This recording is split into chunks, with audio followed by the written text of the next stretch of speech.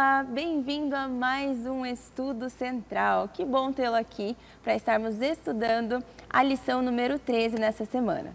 Durante todo esse trimestre, nós estudamos a lição Vida, Morte e Eternidade. E hoje estaremos estudando a lição número 13. E é muito bom tê-lo aqui conosco, compartilhando desses estudos. Se por algum motivo você perdeu algum episódio, alguma lição ou acabou aí querendo revisar um pouco mais algum tema, você pode então estar acessando o nosso canal aqui do YouTube, clicando no link de vídeos e assim está tendo todo acesso aos nossos estudos de outras semanas, também os nossos cultos, as nossas programações especiais.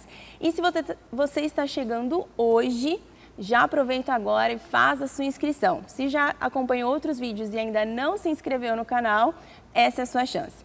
Clica aí no botão inscrever-se e para ficar por dentro de todos os vídeos, tudo que estará acontecendo aqui, aperte o sininho que você receberá uma notificação dos próximos vídeos, dos eventos que estarão acontecendo aqui em nosso canal. E claro, compartilhe esse vídeo em todos os grupos, com os familiares, os amigos, para estarmos então com uma grande família estudando mais sobre a Palavra de Deus. Uma forma de nós interagirmos com vocês através aqui do nosso canal do YouTube é pelos comentários. Então deixe o seu comentário aqui no vídeo, coloque de onde você é, o que está achando do tema da lição, o que você achou mais importante. É legal nós temos essa troca em nosso canal, é a nossa forma aí de interagir. E algumas pessoas enviaram algumas mensagens aqui pra gente em outros vídeos e eu quero mandar aqui um abraço especial para essas pessoas. Quero mandar aqui então um abraço a Joana Lopes, ao Nicolas Santos, a Maria Feitosa e a Francisca Shirley, que é lá de Sobradinho, Bahia. Ó, que bom, a internet nos permite estarmos aí um pouco mais próximos. Que bom que vocês estão acompanhando os nossos estudos. Se hoje você quer colocar aqui de onde você é, coloque que nos próximos vídeos estaremos então mandando um abraço especial para você. E agora sim é hora de conhecer os nossos convidados de hoje. Nossos convidados já participaram também de alguns estudos e estão aqui mais uma vez para agregar no dia de hoje. Quero apresentar então o pastor Osmar. Olá, Laila. Que bom que você está comigo aí junto conosco. Estamos chegando no final, né, de mais um período de estudos aqui do Estudo Central e você está conosco. Sei que você tem compartilhado esse link, já deve ter ativado o sininho aí também, deixado o seu like. Que bom estar com você. Privilégio. Muito obrigada por estar aqui mais uma vez, pastor. E temos então também o pastor Kleber. Uma alegria estar aqui mais uma vez, estudando essa lição tão importante que foi essa lição desse trimestre, né? Tenho certeza que depois dessa lição, nenhum dos que estão assistindo, né, a gente vai ser o mesmo, né? Muito aprendizado. Muito. E obrigada por estar aqui novamente conosco, pastor. E para darmos início ao estudo da nossa lição, convido então o pastor Kleber para fazer uma oração para nós. Então vamos orar. Do jeito que você está aí, abaixa a cabeça e vamos falar com Deus. Querido Deus, amado Pai, agradecemos ao Senhor porque vamos iniciar o estudo dessa lição tão importante. É a penúltima do trimestre, mas nós agradecemos. Muito aprendizado, muito conhecimento agregado, que tudo o que aprendemos aqui, venhamos aprender nessa lição, nos motive, ó Pai, a nos aproximar mais de Ti e a permanecermos fiéis àquilo que o Senhor pede de nós. Amém. Nós pedimos essas bênçãos, agradecidos em nome de Jesus. Amém. Muito bem, como já disse, nós estaremos estudando hoje a lição número 13. Se você tem a sua lição aí, já pegue a sua lição, pegue a Bíblia para estar acompanhando os textos e tudo que nós estaremos discutindo aqui, conversando hoje no estudo. Então, primeira coisa, o título é O Processo do Juízo. E o verso para memorizar está lá em 2 Coríntios 5, verso 10, que diz assim: é necessário que todos nós compareçamos diante do tribunal de Cristo, para que cada um receba segundo o bem ou o mal que tiver feito por meio do corpo. Um texto, um verso para memorizar aí já sobre o processo, né, do juízo. E durante o estudo de hoje, nós vamos estar então entendendo algumas fases, aí, as principais fases do processo do juízo, onde tem o juízo pré-advento, o juízo milenar e o juízo executivo. E eu sei que para muitas pessoas, quando vem a ideia de julgamento, juízo, já vem a ideia ali, o significado de condenação. E a condenação, embora ela faça parte de todo esse processo, ela não é de todo ruim, tem um lado positivo, né? E principalmente no processo do juízo final, onde nós teremos ali o lado positivo, onde envolve a vindicação dos justos. Indo agora para essa parte, né, do juízo pré-advento, existe um significado, um conceito, um porquê ali, quando, onde, como que está acontecendo esse processo? Eu diria que a primeira bênção que o juízo vai trazer, porque juízo, não sei quando você ouve a palavra juízo, você deve pensar nos seus pecados. Mas a primeira coisa que a lição vai trazer é que o juízo é uma certeza. Alguns anos atrás, e acho que a vida toda, a gente aprendeu que a única certeza que a gente tem é a morte. Mas esta afirmação não é verdadeira, porque Paulo diz que nem todos morreremos. Se Jesus voltar agora, estamos aqui vivos. Então a certeza da humanidade não é a morte, mas é o juízo. Aí você tem uma frase de Paulo, escrita em Hebreus 9:27, ao homem está determinado morrer uma só vez. Então a Bíblia, já estudamos sobre isso a essa altura, nós já estamos confortáveis para falar que a Bíblia não dá apoio para a reencarnação, e a reencarnação parece ser uma fuga do juízo, porque eu nunca vejo Deus, eu me purifico nas fases do meu karma, nas fases de vida que eu vou tendo, mas a Bíblia diz, ao homem está determinado morrer uma só vez, vindo depois disto o juízo. Então, todos nós vamos prestar conta. E o que é isso? É exercer a justiça. Então, não se preocupe, o que você plantar aqui, você está se preparando para receber isso aí. Se for o mal, é o mal que você vai receber. Se você quiser a vida, é a vida que você vai receber. Então, essa é a base. Aí vem essa questão de vindicar. Por que Deus precisa fazer um juízo final? Porque o que está em jogo não é simplesmente a minha salvação. A minha salvação, ela foi operada antes da fundação do mundo, antes mesmo de nascer e de me perder, eu já estava salvo se aceitasse Cristo. O que está em jogo é a vindicação do nome de Deus, quando o anjo chamado Lúcifer saiu falando horrores do caráter de Deus, e Deus agora tem que ser justo, né? Levar somente aqueles que o aceitarem, aqueles que creram nele. Então, hoje ele está vindicando.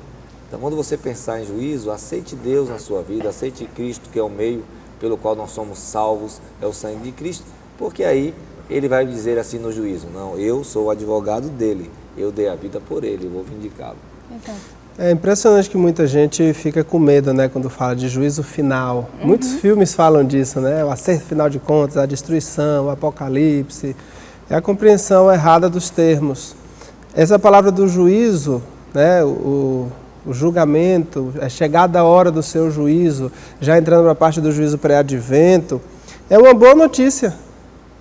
Eu tenho que ficar feliz ao ver isso, igual o pastor Osmar falou. Por quê? Porque vem acompanhada da palavra evangelho eterno.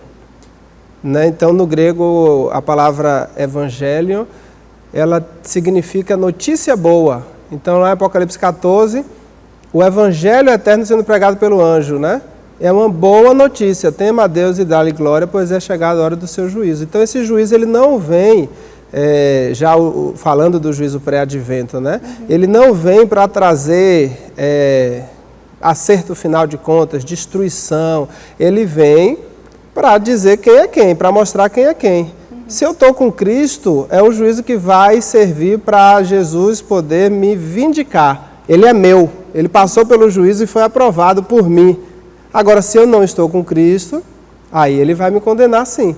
Mas se eu estou ouvindo, se você está ouvindo de juízo agora, então é uma boa notícia para você. Exato. E indo para o próximo, né, a próxima fase, trazendo para o juízo milenar, então temos aí esse juízo do pré-advento, né? Pensando aqui que todos nós estamos vivos e fomos salvos, né? E os mortos, salvos, ressuscitaram, né? E aqui em 1 Tessalonicenses 4, 16 e 17, né, fala um pedacinho, né, onde encontraremos então com o Senhor nos ares. E aí, em seguida, iremos para o céu, passar lá aquele período de 1000 anos, né, o milênio.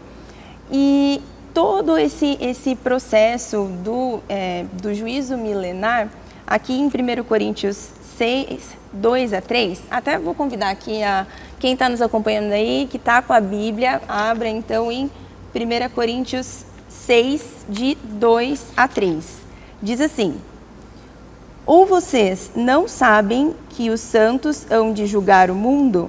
Ora, se o mundo deverá ser julgado por vocês, será que vocês não são competentes para julgar as coisas mínimas?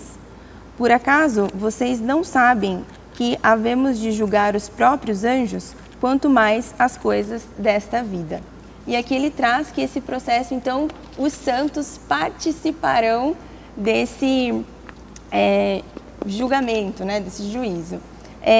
Por que é importante participarmos desse momento? Essa palavra milenar que nós adventistas, no meio adventista é muito comum falar de milênio, a Bíblia não traz essa palavra. A Bíblia traz a expressão 1000 anos. 1000 anos. E a gente chama de milênio 1000 anos, assim como a Bíblia traz 10ª parte, dízimo e etc. Então, para entrar nesse assunto, é interessante saber que aqui um grupo será julgado e os salvos já foram julgados. Porque a salvação, o juízo começa pela casa de Deus.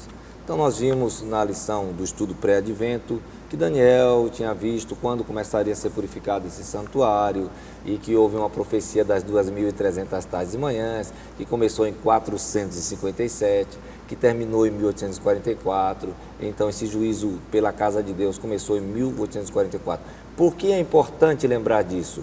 Porque, veja, parece que o justo não é julgado e que Deus ama uns e condena outros. Porque quando Jesus vier em sua segunda vinda, que eu aguardo, espero que você aguarde também, ele não pisa na terra, ele fica nas nuvens, conforme você falou, em Tessalonicenses capítulo 4, os versos 13 em diante. Nós é que vamos encontrar com ele. Então, ele vem com o livro da vida, que é o livro onde está registrado quem aceitou, quem o aceitou. E ele vai chamar e os anjos, virão buscar essas pessoas e levar essas pessoas até ele. Mas qual o direito que essas pessoas têm de subir? Quando elas foram julgadas? Elas foram vindicadas. Então, quando eu sou batizado, quando eu sou lavado no sangue do Cordeiro, meu nome é escrito no livro da vida, e esse é o livro de chamada. Porque senão Deus seria injusto. Uma vez que está resolvida a questão de quem aceitou Cristo, porque veja, vai ser uma coisa assim, complicada, porque famílias serão separadas. O marido aceita, a mulher não aceita. Os pais aceitam, os filhos não aceitam. Os filhos aceitam, os pais não aceitam. Pessoas que a gente pensa que está com Cristo, não está com Cristo. Pessoas que a gente pensa que não estão com Cristo, estão. Então aí, os 1000 anos serão de esclarecimento por que alguns não foram e por que alguns foram. Então Deus aí vai trazer à luz todas as dúvidas, serão dirimidas e nós vamos saber que nós, os que fomos pelo sangue de Cristo, porque aceitamos, porque é que aqueles que não ressuscitaram ou que morreram na presença de Cristo não estão lá. Então, ali o nome de Deus será vindicado, porque eu posso ter dúvidas, né? É interessante que a Bíblia, a gente segue essa compreensão, né, dos símbolos proféticos sendo explicados pela própria Bíblia e não pelo que eu acho. Então, lá em Apocalipse 20 fala que sentaram nos tronos aqueles que receberam a autoridade de julgar. Sim. Quem são esses? Aí Paulo responde em Coríntios, né? Exato. Os santos, aqueles... E quem são os santos? São os que Apocalipse 7 fala que lavaram as vestes no sangue do Cordeiro. Estes são os santos, né? E Apocalipse 14, 12 fala, aqueles que guardam os mandamentos de Deus e têm o testemunho de Jesus, os santos. Ou seja, já foi julgado, foi absolvido, vindicado e agora tem o direito de sentar e julgar aqueles que rejeitaram, a começar dos anjos, né? E essa palavra julgar, não pense que você será um promotor, porque tem pessoas que gostam de acusar. Não, fulano não está aqui, por isso eu sei porque é que ele não está aqui, porque ele era assim, não. Você não será um promotor, você não será advogado de defesa, você não será juiz. Você vai participar desse julgamento. Você vai ver a justiça de Deus em prática. Vai ser algo fantástico. Mas é bom lembrar que esses eventos, eles têm uma cronologia bíblica. Quando Jesus voltar, ele vai encontrar dois grupos aqui, os que creem e os que não creem. Esses dois grupos estão subdivididos em dois grupos. Então você tem os que creem e estão vivos e os que creem e morreram.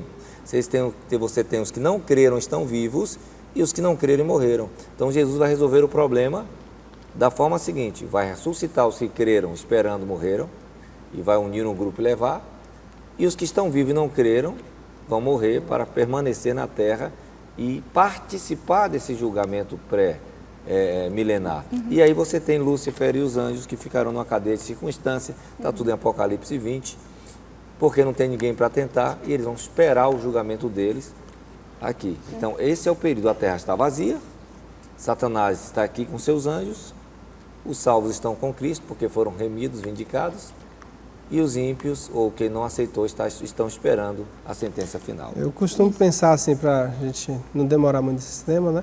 Que 1000 anos não é pouco tempo, então não vai ser fácil compreender cada uma das coisas que aconteceram e por que quem está lá não está, que quem não está, está.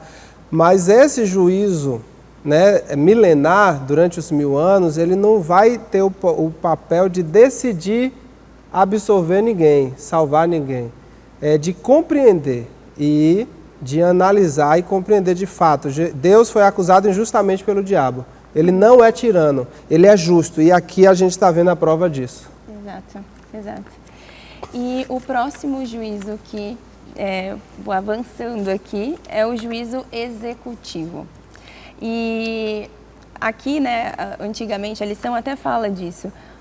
Antigamente a visão, a ideia era de que Deus era um Deus severo e punitivo.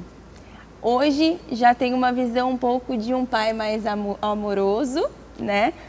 Permissivo e até que não pune seus filhos. Mas aqui na lição até traz um ponto que diz assim, né? O amor sem justiça se transforma em caos e ilegalidade. E a justiça sem o amor se torna opressão e dominação.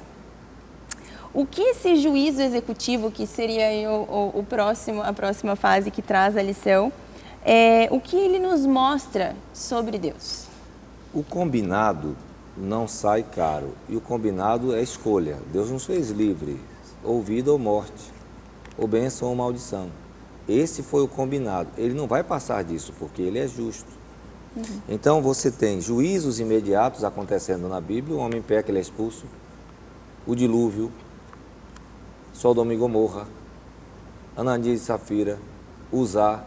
Então tem várias pessoas que receberam juízos imediatos. Outras estão reservadas, como a Bíblia diz que Satanás e seus anjos estão reservados para o dia do juízo final. Assim também as obras serão pagas no fim, a conta será paga no fim. Então o que é que Deus vai fazer? Deus vai dar a cada um o que cada um quis receber. Escolha. Os que quiseram a vida vão viver, os que não quiseram a vida vão morrer, porque esse foi o combinado. O que você quer, Adão, na pessoa de Adão? Se você quer viver, a árvore é essa. Se você quer morrer, a árvore é essa. Então Adão morreu com 930 anos, de Gênesis 5:5, porque escolheu morrer. Não foi Deus quem o matou. Ele escolheu morrer e Deus respeitou. Então os ímpios vão receber a pena final dos atos que eles praticaram. Porque se Deus não entregar para eles a morte, que é o que eles escolheram, Deus não será justo. Por isso no começo você começou falando, né? Que o juízo é justiça e é bênção. Porque pensa, como é que uma pessoa que bebe, como é que uma pessoa que bate, espanca um vulnerável, ele vai conseguir viver eternamente num lugar onde ele não pode fazer isso? Se são as coisas que ele quer fazer, o que ele gosta de fazer, ou que um Deus que ele negou e ele vai ter que viver para sempre, cultuando a Deus de dia e de noite. Então, para ele, esse mundo não é legal, não é feliz, e o melhor para ele é que ele não exista nesse mundo. E para o vulnerável também, né? A promessa para o vulnerável é que ele não vai ser mais espancado nesse mundo. Aí Deus vai permitir que o espancador vá para o mesmo lugar, que não quis ser mudar, ser transformado. Então, o juízo final, né, esse juízo chamado juízo executivo, é justamente a execução daquilo que Deus já havia previamente falado para a humanidade que iria acontecer. Ó, vai ser desse jeito. Igual o pastor Osmar falou, está aqui as duas árvores, escolha qual você vai comer. Cada uma vai ter um resultado. E é isso que vai acontecer. Porque a gente tem a mania de querer reduzir, né, quem é Deus. Achar que ele é só amor ou então que é só justiça. Ele é os dois. Exato. E pegando esse ponto aqui, né, da destruição dos ímpios. A destruição dos ímpios, ela ainda é, né, um ato de amor de Deus? Com certeza. E até uma pergunta aqui também que tem na lição, o que há de errado com a ideia de que Deus salva todos no final? Injustiça, porque o combinado não sai caro. Não foi isso que ele acordou. O que ele acordou é o seguinte: você é livre para viver ou para morrer. O que é que você escolhe? Então, quando eu escolho Cristo, eu tenho a vida. Quando eu não escolho Cristo, já está decretado o que eu quero. Então, Deus vai me dar o que eu quero. É injusto dar para uma pessoa que quer morrer a vida, ao mesmo tempo que é injusto dar para uma pessoa que quer viver a morte. Então, isso é importante porque a gente tem que fugir de algumas doutrinas que não são bíblicas, que dizem que os ímpios vão ficar para sempre sofrendo. Então, ele não morre. Então, Deus não está sendo justo. O ímpio não vai receber uma vida ruim. O salário do pecado é a morte. Ele não existirá no mundo novo que Deus vai criar, porque ele não quer viver nesse Deus. Então, quem vai viver para sempre é quem quis viver para sempre. Quem não quer viver para sempre não vai sofrer para sempre, porque isso não faz parte do caráter de Deus. Ele vai sim deixar de existir. É por isso que o castigo é eterno. Não é que o fogo é eterno. O castigo é eterno porque primeiro vem do eterno e as consequências são eternas. E se você pudesse abrir a Bíblia aí comigo, você abriria em Judas, capítulo, só tem verso 7, que diz que Sodoma e Gomorra foram postas como exemplo do fogo eterno. E eu lhe pergunto, Sodoma e Gomorra estão queimando até hoje? Não, o fogo cumpriu o papel, o fogo se apagou.